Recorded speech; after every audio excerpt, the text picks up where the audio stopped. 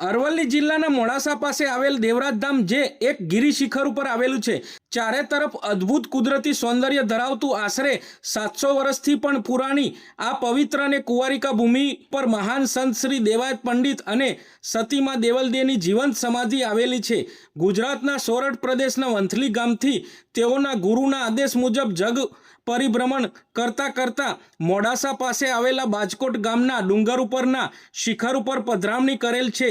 દેવાયત પંડિતનું નામ આગમવાણી કરનાર મુખ્ય 3 વ્યક્તિઓમાં થાય છે ત્રિકાળ જ્ઞાની સહદેવ, સરવાણ ઋષિ અને દેવાયત પંડિત। તેઓએ કરેલ ભવિષ્યવાણી આજે પણ સાચી પડેલ છે। એવું કહેવાય છે કે દેવાયત પંડિતને રામદેવ પીર મહારાજે સ્વહસ્તે એક દિવ્ય કળશ આપ્યો હતો, જેની પૂજા આજે પણ આ મંદિરમાં થાય છે। હાલમાં મહંત શ્રી ધનગીરી બાપુ ખૂબ જ માયાળુ, ભજનીક, સાહિત્ય પ્રેમી, પુસ્તક પ્રેમી છે।